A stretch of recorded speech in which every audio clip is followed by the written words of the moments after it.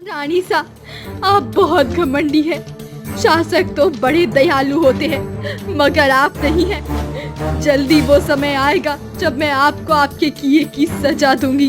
हाँ, मैं अपनी बेइज्जती का बदला लेकर रहूंगी और उन सब का भी जो आपके अत्याचारों से पीड़ित है।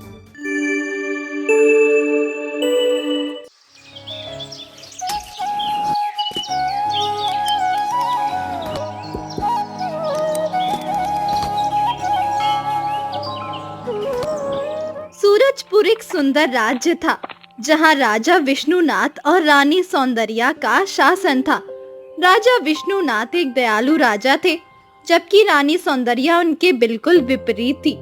रानी सौंदर्या को अपनी सुंदरता पर बहुत घमंड था और वो अपनी दासियों पर दिन रात अत्याचार करती रहती थी। अभी भी रानी सौंदर्या अपनी दासी पर चिल्ला रही थी। ये तुमने क्या कर दिया? मेरी शाही पोशाक को अपने मैले हाथों से छूकर गंदा कर दिया। तुम्हारी ये हिम्मत! रानी साहब मुझे माफ कर दीजिए, मुझसे गलती हो गई। महारानी सौंदर्या के यहाँ गलती करने वालों के लिए कोई माफी नहीं है। जाओ, निकल जाओ मेरे कक्ष से। कल तुम्हें तुम्हारी गलती की सजा सुनाई जाएगी। रानी साहब माफी, मुझसे बहुत बड़ी गलती हो गई। मुझे क्षमा कर दीजिए। रानी सौंदर्या की चीखने की आवाज सुनकर महाराज विष्णुनाथ वहां आ जाते हैं। क्या हो रहा है रानी सा? क्यों बेचारी दासी पर अपना गुस्सा निकाल रही हैं?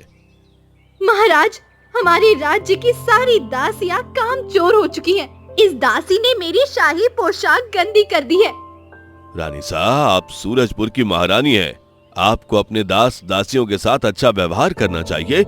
एक महान रानी अपने प्रजा के साथ, अपने कर्मचारियों के साथ भी अच्छा व्यवहार करती है, तभी वो सच्ची महारानी कहलाती है। महाराज, हम भली भांति जानते हैं कि हमें अब क्या करना चाहिए। आप हमें मत सिखाइए। रानी सा, आपके पद और इन दासियों के पद में जमीन आसमान का अंतर है। आपको समझना चाहिए कि एक शासक को क्या करना चाहिए। शासक तो हर कोई बन जाता है, मगर एक अच्छा शासक वही होता है जो अपनी प्रजा के दिलों पर राज करे और जिसकी प्रजा भी दिल से उसका सम्मान करे। राजा विष्णुनाथ के समझाने पर रानी सौंदर्या का गुस्सा थोड़ा शांत होता है, मगर रानी सौंदर्या गलती करने वालों को किसी भी हाल में माफ नहीं करती। तभी वो उस दासी को सबक सिखाने का निश्चय करती है और सीता को सजा देती है। तुमने जो मेरी शाही पोशाक के साथ किया है, उसकी सजा के तौर पर तुम्हें पूरे महल की सफाई अकेले करनी होगी। यही तुम्हारा दंड है। मगर रानी साहब, ये सजा तो बहुत बड़ी है। मैं अकेली इतने विशाल महल की सफाई कैसे करूंगी? अगर तुम्हें ये नहीं करना है, तो तुम इस महल से हमेशा के लिए जा सकती हो। अपनी सजा पूरी करो या फिर मेरे महल से निकल जाओ। मगर रानी साहब, ये तो अन्याय है। ठीक है, तुम महल से जा सकती हो। नहीं रानी साहब, मैं अपनी सजा पूरी करने के लिए तैयार हूँ। आप जैसा कहेंगी मैं वैसा ही करूंगी। सीता रानी सौंदर्या द्वारा दी गई सजा को पूरा करते हुए पूरे महल की सफाई करती है। महल साफ करते करते सीता बीमार पड़ जाती है। इस कारण सीता के दिल में रानी सौंदर्या के लिए नफरत भर जाती है। रानी सा, आप बहुत घमंडी हैं। शासक तो बड़े दयालु होते हैं, मगर आप नहीं हैं। जल्दी वो समय आएगा जब मैं आपको आपके किए की सजा दूंगी। हाँ, मैं अपनी बेइज्जती का बदला लेकर रहूंगी और उन सब का भी जो आपके अत्याचारों से पीड़ित है। सीता रानी सौंदर्या से बदला लेने का संकल्प लेती है। रानी सौंदर्या का व्यवहार महल की सभी दासियों के साथ अत्यंत क्रूर था। इन्हीं दिनों 8 वर्षों के बाद रानी सौंदर्या को मां बनने का समाचार मिलता है। रानी सा, हम वर्षों से इस शुभ समाचार को सुनने के लिए व्याकुल थे। आज आपने ये खबर सुनाकर हमें दुनिया का सबसे बड़ा सुख दिया है। सच कहते हैं, संतान का सुख दुनिया के हर सुख से बड़ा होता है। महाराज, धन्यवाद तो हमें आपको कहना चाहिए कि संतान ना होने के बावजूद आपका प्रेम हमारे लिए कभी कम नहीं हुआ। आपने हर समय हमारा साथ दिया और सम्मान किया। रानी साहब, आपसे सच्चा प्रेम करते हैं हम, और अब तो आपने हमें और भी ज्यादा खुश कर दिया। रानी सौंदर्या के माँ बनने की खुशी में पूरे महल में भव्य राजसी दावत होती है। महाराज अपने राज्य के सभी लोगों के लिए शाही खजाने का दरवाजा खोल देते हैं। महाराज, राज्य के सभी लोग बहुत खुश हैं और दुआ कर रहे हैं कि भगवान महाराज को संतान के रूप में पुत्र का आशीर्वाद दें। पुत्र हो या पुत्री, इसमें हमें कोई फर्क नहीं पड़ता। हम तो इस बात से प्रसन्न हैं कि इतने वर्षों के बाद भगवान ने हमें यह शुभ समाचार दिया है। हम भगवान के आभारी हैं, आज यह दिन देखने को मिला। महाराज विष्णुनाथ की जय हो, महाराज विष्णुनाथ की जय हो। दूसरी ओर सीता को भी माँ बनने का सुखद समाचार मिलता है। सीता बहुत खुश हो जाती है और मन ही मन रानी सौंदर्या से बदला लेने की योजना बनाती है। समय तेजी से बीतने लगता है और 9 महीने बाद रानी सौंदर्या के घर बेटे का जन्म होता है। वहीं सीता के घर एक बेटी का जन्म होता है। अब रानी सा से बदला लेने का समय आ गया है।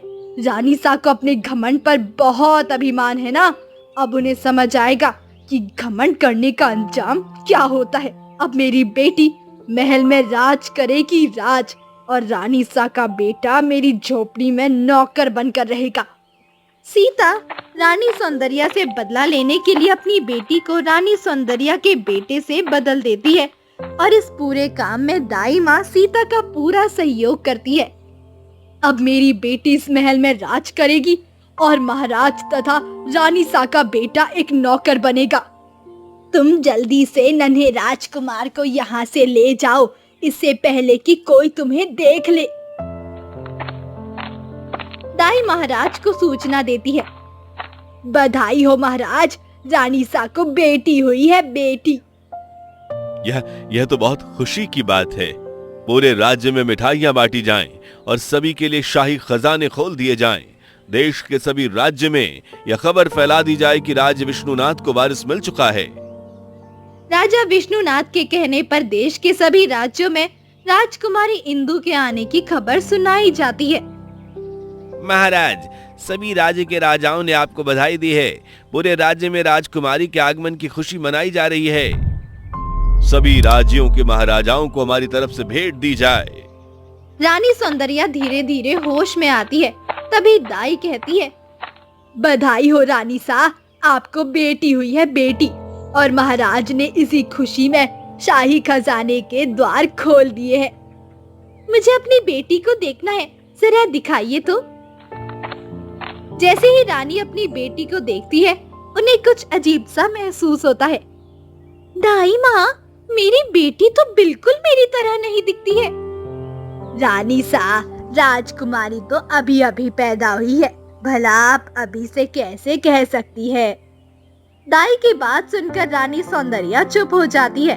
समय धीरे धीरे बीतता है। राजकुमारी इंदु बड़ी हो जाती है। दूसरी ओर सीता का बेटा, जिसका नाम अरविंद था, वो भी बड़ा हो जाता है। अरविंद एक बहुत ही बहादुर नौजवान था, जो हर खतरे का सामना आसानी से कर लेता था। जबकि राजकुमारी इंदु शारीरिक रूप से कमजोर थी, परंतु बहुत बुद्धिमान थी। अब समय आ गया है कि राजकुमारी इंदु हमारा सिंहासन संभाले। महाराज, आपका ये निर्णय बहुत ही उत्तम है, परंतु पिताजी, मुझे नहीं लगता कि मैं इस शासन को संभालने योग्य हूँ। आपका जन्म ही सिंहासन पर राज करने के लिए हुआ है राजकुमारी। हम अपनी आंखों के सामने आपको अपनी जगह पर देखना चाहते हैं। परंतु पिताजी, इस राजपाट को संभालने से पहले मैं खुद को परखना चाहती हूँ। मैं स्वयं को इस शासन को संभालने के योग्य और मजबूत बनाना चाहती हूँ। ठीक है, हम आपके निर्णय के साथ हैं। राजकुमारी इंदु खुद को परखने और मजबूत बनाने के लिए महल से दूर अपनी प्रजा के बीच चली जाती है। राजकुमारी इंदु अपनी प्रजा के बीच जाकर उनकी सारी परेशानियां सुनती है और उन्हें विश्वास दिलाती है कि उनकी सारी समस्याओं का समाधान निकाला जाएगा। इसी बीच लौटते समय इंदु को एक बूढ़ी महिला दिखाई देती है, जो बीमार और कमजोर के कारण थकी हारी बैठी होती है। क्या हुआ माँ जी, आप इस तरह क्यों बैठी हैं? क्या बताऊं बेटी, कई दिनों से बीमार हूँ और बेटे ने मुझे घर से निकाल दिया है। लगता है मुझे मेरे कर्मों का फल मिल रहा है। ऐसा मत कहिए माँ जी, चलिए मैं आपको आपके घर छोड़ देती हूँ। इंदु उस बुजुर्ग महिला को उसके घर छोड़ आती है। उसकी भलाई देखकर वो बुजुर्ग बहुत खुश हो जाती है। तुम बहुत अच्छी हो बेटी, तुम्हारे रहन सहन से तो लगता है कि तुम किसी शाही परिवार से आई हो। माँ जी, मैं राजकुमारी इंदु हूँ। ये सुनते ही बूढ़ी औरत रोने लगती है। क्या हुआ माँ जी, आप क्यों रो रही हैं? मुझे माफ कर देना राजकुमारी, मैं महल वालों की अपराधिनी हूँ। आप क्या कह रही हैं माँ जी? तुम्हारा खून शाही नहीं है, तुम एक दासी की बेटी हो। ये आप क्या कह रही हैं माँ जी? मैं सच कह रही हूँ, ये सब मेरा और तुम्हारी माँ सीता का किया धरा है। रानी सौंदर्या बहुत घमंडी थी। बदला लेने के लिए तुम्हारी माँ और मैंने मिलकर तुम्हें राजकुमारी के साथ बदल दिया था। शायद इसी पाप की सजा मुझे अब मिल रही है। ये सब सुनकर इंदु बेहद परेशान होती है। फिर वो एक निर्णय लेकर महल लौटती है और दरबार के सामने सबके बीच कहती है, पिताजी, मैंने स्वयं को इस राज्य और राजपाट को संभालने के योग्य नहीं पाया है। पुत्री, तुम्हारी रगों में शाही खून बहता है। राजपाट और सिंहासन तुम्हें ही संभालना होगा। यदि तुमने स्वयं को इस योग्य नहीं पाया है तो तुम स्वयं को सिंहासन के योग्य बना सकती हो। नहीं पिताजी, मैंने स्वयं को भली भांति परखा है और मैं इस योग्य नहीं हूँ। हमारे राज्य को ऐसे शासक की आवश्यकता है जो कि निडर हो और न्याय प्रिय भी। राजकुमारी, हम आपकी अच्छाइयों के प्रशंसक हो गए हैं, परंतु आपकी रगों में शाही खून है और सूरजपुर राज्य में सदियों से शाही खून का ही शासन हुआ है। हम आपका स्थान किसी और को कैसे दे सकते हैं? हम जो उचित समझते हैं वही कर रहे हैं और हमें लगता है कि हम इस सिंहासन के योग्य नहीं है। राजा वही होता है जो बल, बहादुरी और न्याय में सफल हो।